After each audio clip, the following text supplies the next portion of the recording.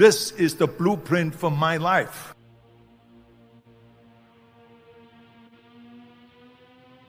I couldn't see myself becoming a farmer or a worker in a factory or anything like that.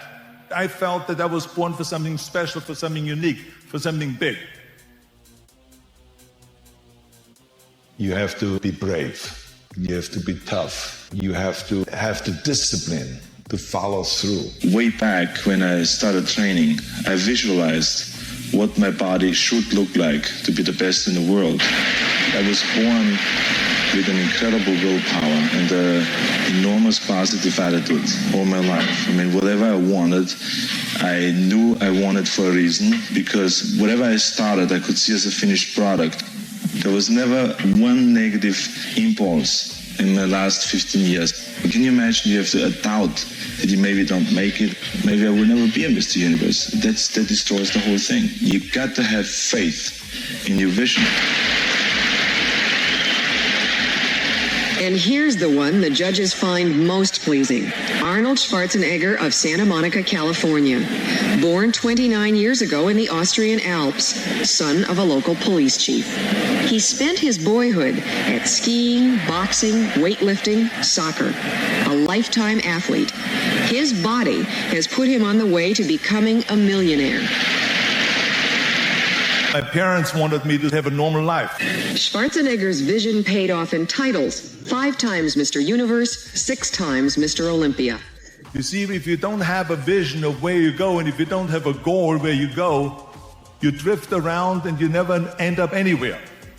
It's like you can have the best ship in the world, you can have the best airplane in the world. If the pilot or the captain doesn't know where to go, it will just drift around. It will not end up anywhere, or most likely in the wrong place. And then, when I had this vision in front of me all the time, I then could go after that. I mean, you have to have the kind of a mind as a sculptor has, because a sculptor has to do the same thing. He has to look at his art and say, well, it's still not in proportion. I have to take a little bit away here, or I have to put more on here to make it get into proportion. And the same a bodybuilder has to do with his body. You have to have tunnel vision. And you got to have blinders on and not to see anything that is on the left and the right side, and just really focus, keep your eye on the ball. You have to focus on the thing that you really want to be the best at. And that's what I did, because you cannot be good in everything and you cannot do everything and at the same time be a champion in one thing. There is no such thing. So I decided I wanted to be a champion. I decided that I wanted to go all out. Michael Jordan said in one of his interviews, when they said, "You are unbelievable, you're the greatest basketball player of all times." I mean, tell me about that. And he says, well, you're just mentioning the successes. But he says, for me to become the greatest basketball player, I missed 9,000 shots when I was playing basketball at the NBA games. So during these games that he was so successful, he missed 9,000 shots. Does it make him a failure? No. He's one of the greatest basketball players of all times, but he failed 9,000 times. Do you get it? We all fail.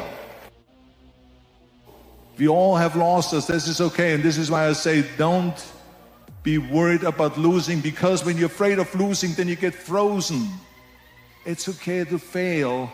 Let's just go all out and give it everything that you got. That's what it is all about. So don't be afraid to fail. It is very important that you don't listen to the naysayers, because in every step of the way, when you make decisions like, I want to be a bodybuilding champion of the world, people say, this is impossible, this is an American sport, it's never going to happen. When I wanted to be in the movies, they said, you have an accent, it's never going to happen. No one ever became a leading man when you have an accent. You have a huge body, you weigh 250 pounds, you look like a monster. Imagine. You go from studio executive to studio executive, from agent to agent, from manager to manager, and they all said exactly the same thing. Now that's very encouraging, isn't it? But you know something? I didn't give a shit. I believed that I can be a leading man. I believed that I could be another Clint Eastwood, or another Burt Reynolds, or another Warren Beatty, or whatever those characters were, Charles Bronson and so on. I believed that I could be those people. I said, there's enough room on that ladder that I can fit up there. And I looked back again and learned from what I learned in sports. In my case, in bodybuilding. It's all about the hard work that you put in. I said to myself, in bodybuilding, I worked out 5-6 hours a day. I'm going to do the same thing now for acting. And of course, I went to college to study English, acting classes, and all of this stuff. All day long, I worked and I worked and I worked. Even in politics, when we ran for governor, they said, are you crazy? You're an actor. You're a businessman. I mean, you're not a politician. You should start to be a mayor first and maybe an assemblyman or senator, but not to be around for governor. So I never listened to the naysayers because I believed what Nelson Mandela said, that everything is always impossible until someone does it. Work your ass off. There is no magic pill. There is no magic out there. You cannot get around. You have to work and work and work. I can tell you. In order to be complete, and that's when you really have a 100% chance at being successful. When you have a complete situation, that means that you have developed your body, meaning your health, your strength, your energy, and all of that makes you much more positive, right? Because that's when you wake up, when you feel strong, and you feel fit, and you ride the bicycle in the morning, the whole world looks much more bright. So the training of the body, extremely important. The training of the mind, extremely important. That's why I say to people, I say, you got to educate yourself, you got to read something every day, you got to learn a new language, you got to just always improve and look at what can you do to improve your business or your life in general.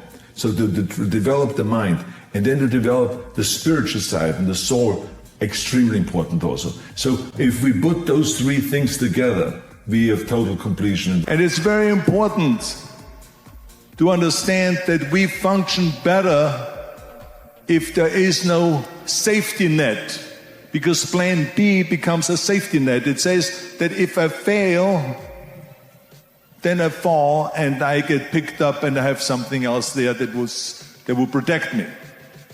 And that's not good, because people perform better when there's no safety net. People perform better in sports and everything else if you don't have a plan B. I've never ever had a plan B.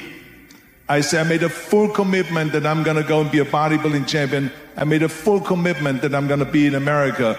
I made a full commitment that I'm gonna get into show business and I'm going to be a leading man. No matter what it takes, I will do the work. I will do the work over and over and over until I get it. And the same was in politics and everything like that. So to me, it is very dangerous to have a plan B, because you're cutting yourself off from the chance of really succeeding. And the reason, one of the main reasons why people want to have a plan B is because they are worried about failing. What is if I fail, then I don't have anything else? Well, let me tell you something. Don't be afraid of failing, because there's nothing wrong with failing. You have to fail in order to climb that ladder.